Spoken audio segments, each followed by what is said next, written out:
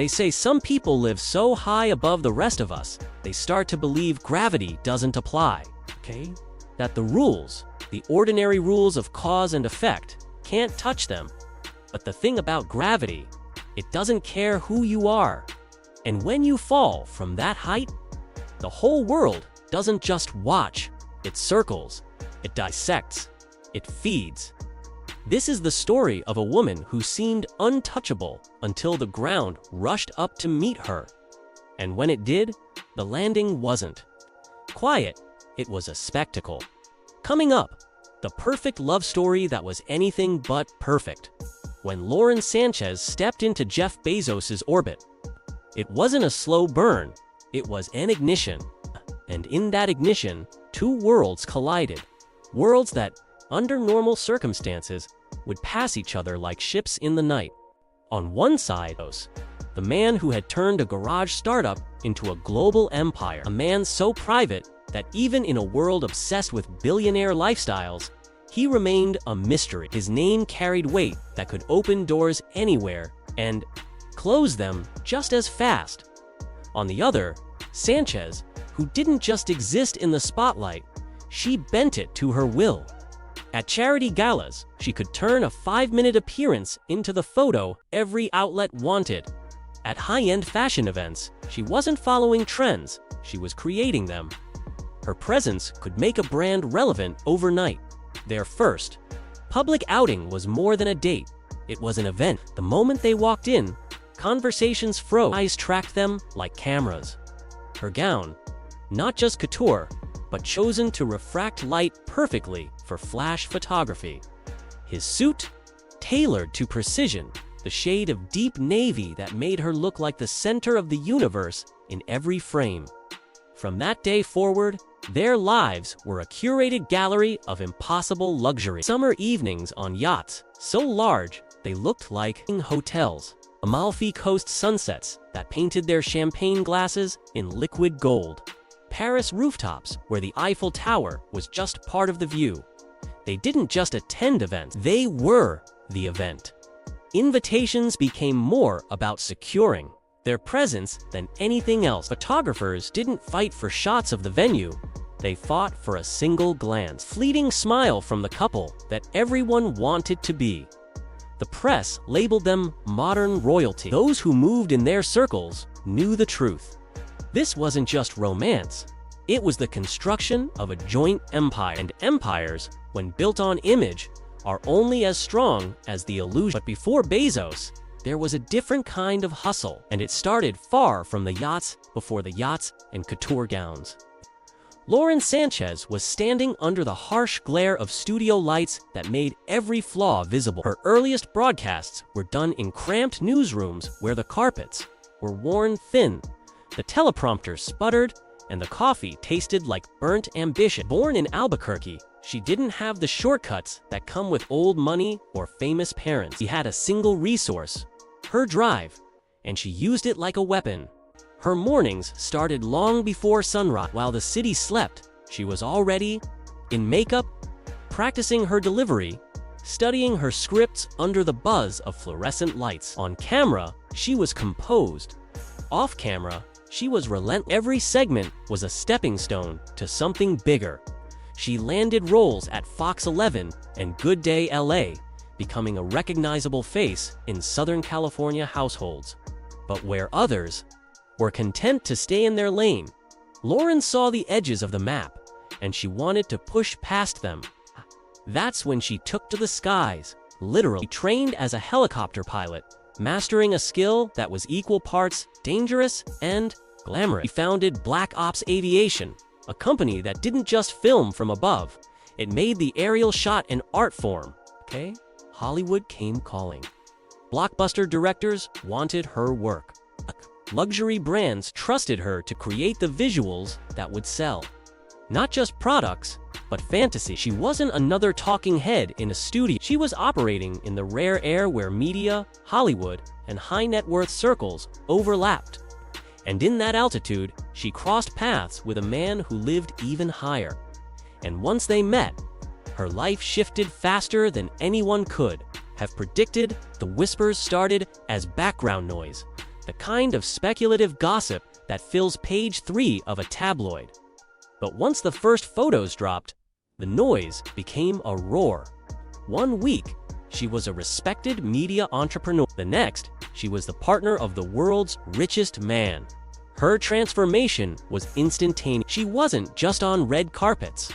She was defining them. She wasn't just attending launches, she was at the center of history-making moments. Her $5 million wedding wasn't about saying, "I do." It's about telling the world, "We are here." A private island in a location so remote, most people had to look it up. Arriving by seaplane, carrying designer luggage that costs more than cars. By a chef with 3 Michelin stars. A drone light show spelling their names across the night sky. Lauren gave Bezos something his empire couldn't. Glamour. Bezos gave Lauren something she'd never had. Limitless reach. Together, they became a living headline. But while the world was busy watching the fairy tale, the first cracks were forming, invisible to the public eye, but spreading in silence. And the first sign that something was wrong was the quiet. Lauren had built a brand on presence, and then, slowly, she started to disappear. First, it was subtle. A missed gala here, an unexplained absence there. Her Instagram, once a precisely timed drip of opulence, slowed to a crawl. No yacht selfies, no charity photo op, no cryptic captions inviting speculation. For most people, a break from social media is nothing. For someone like Lauren, it's everything. The whispers began in the VIP corners of high society life, overpriced brunches in Bel Air, in quiet back rooms of charity dinners, through encrypted messages between publicists. Some claimed she was working on a secret project. Others said there had been a fracture, a private fight that couldn't be smoothed over with diamonds or apologies. Even Bezos's public appearances shifted. No more side-by-side red carpet moments. No spontaneous public outings. The quiet wasn't random. It was the pause before a storm. And when the storm hit, would hit with a leak that no one saw coming. When the documents surfaced, they didn't trickle. They exploded. At first, they were dismissed as fabrications. But journalists started connecting dots, verifying details, and the truth began to solidify. They weren't love letters. They were blueprints. Prenups that didn't just protect wealth.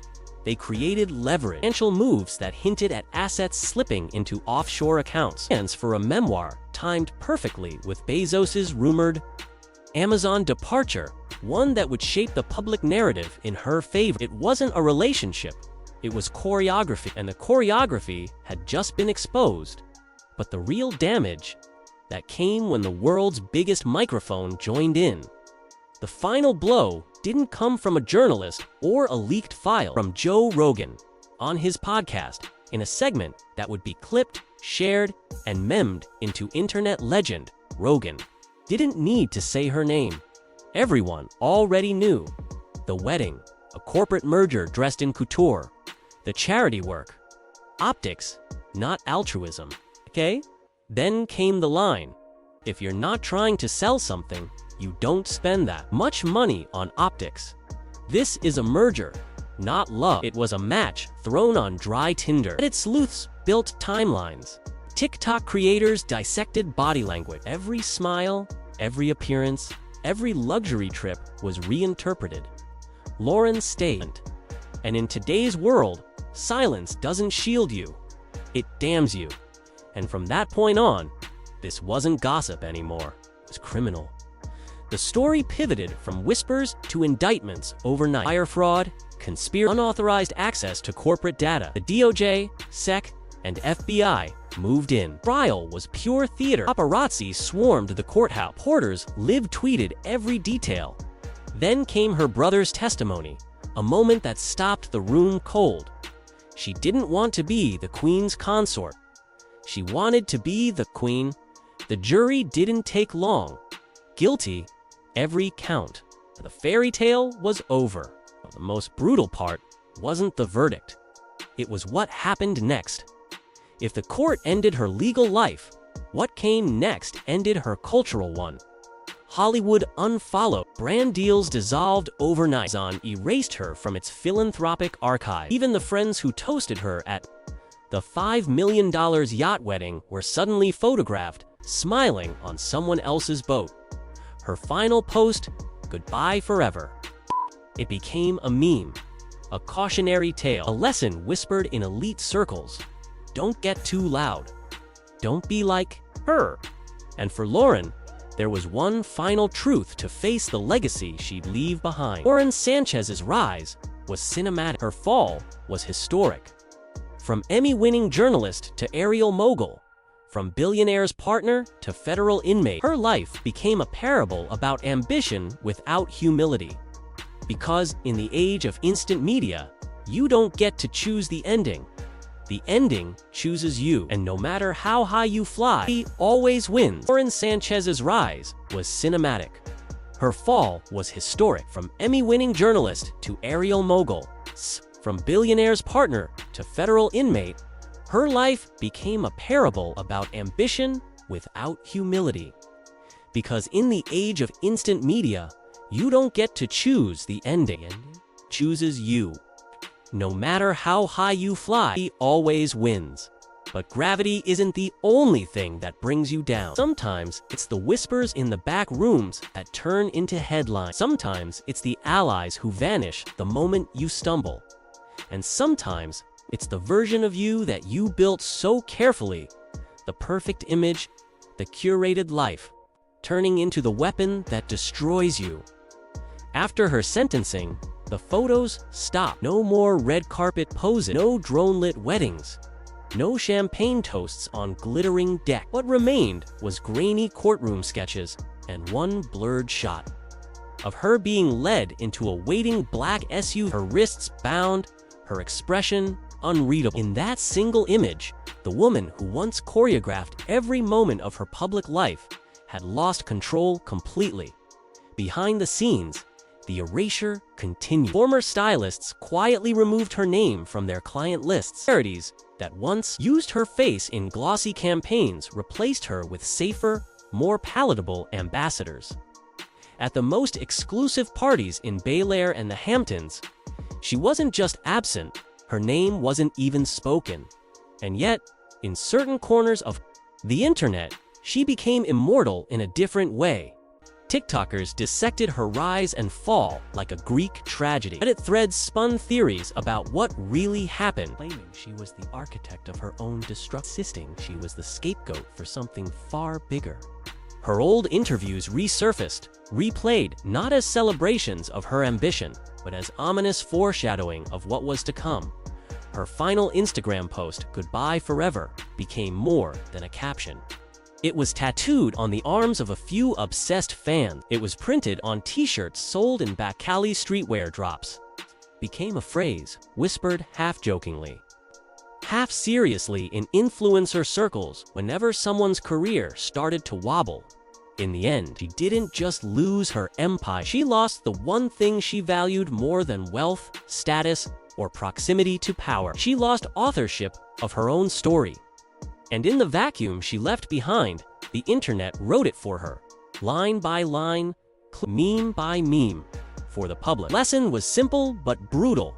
In a world where your image is your currency, your downfall will always be worth more clicks than your success. And for Lauren, whether she was a mastermind or a mistake, the result was the same.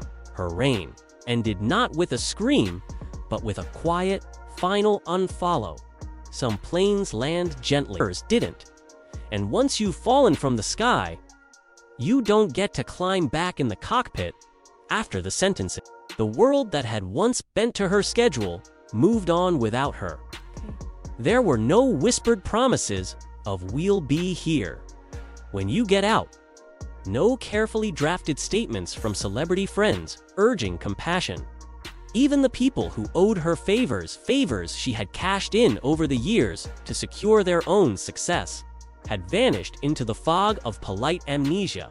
Inside the federal facility where she began serving her sentence, the world was stripped down to beige walls, metal bunks, and a daily routine dictated by someone else's clock. Our designer wardrobe was replaced with standard-issue cotton.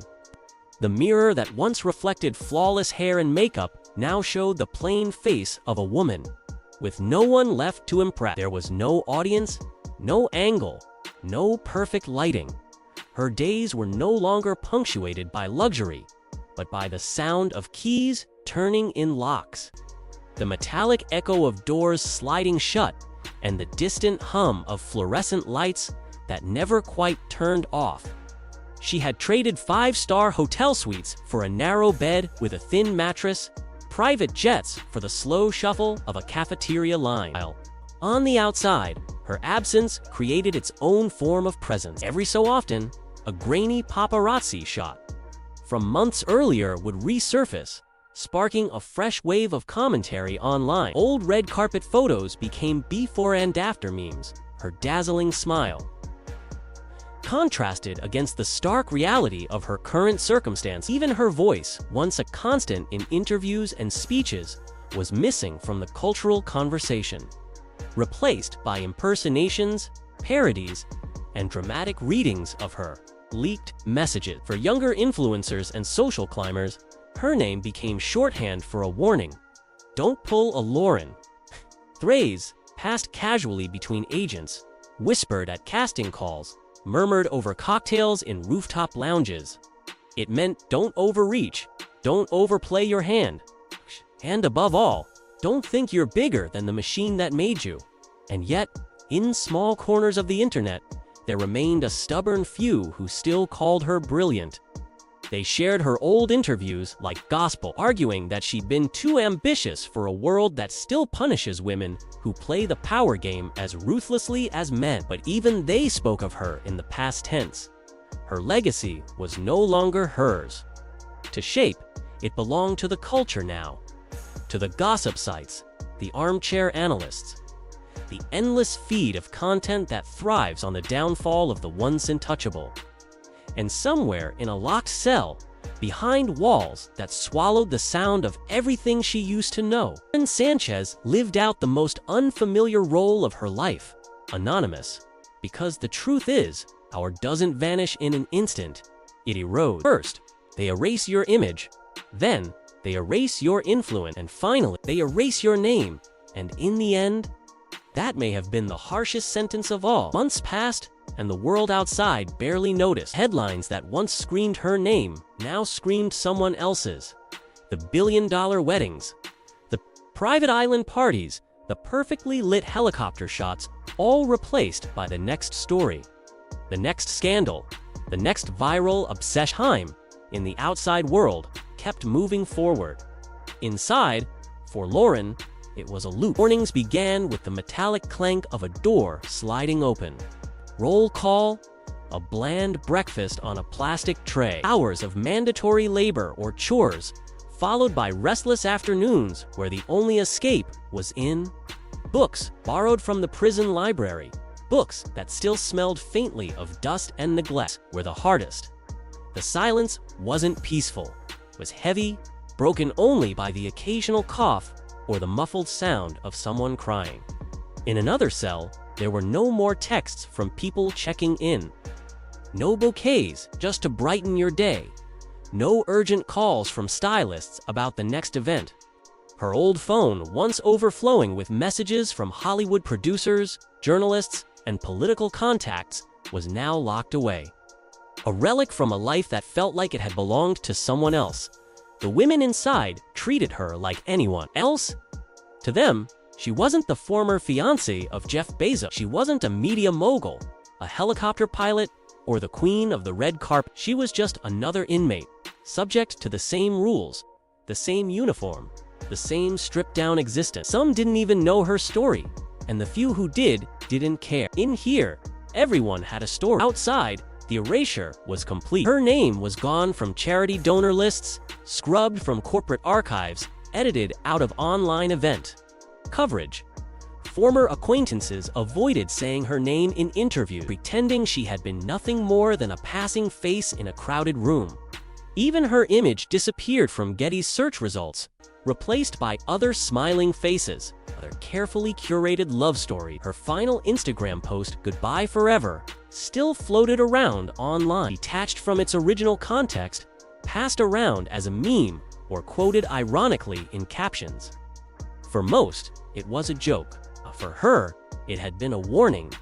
In rare moments, she would close her eyes and try to remember the sound of helicopter blades slicing through the air.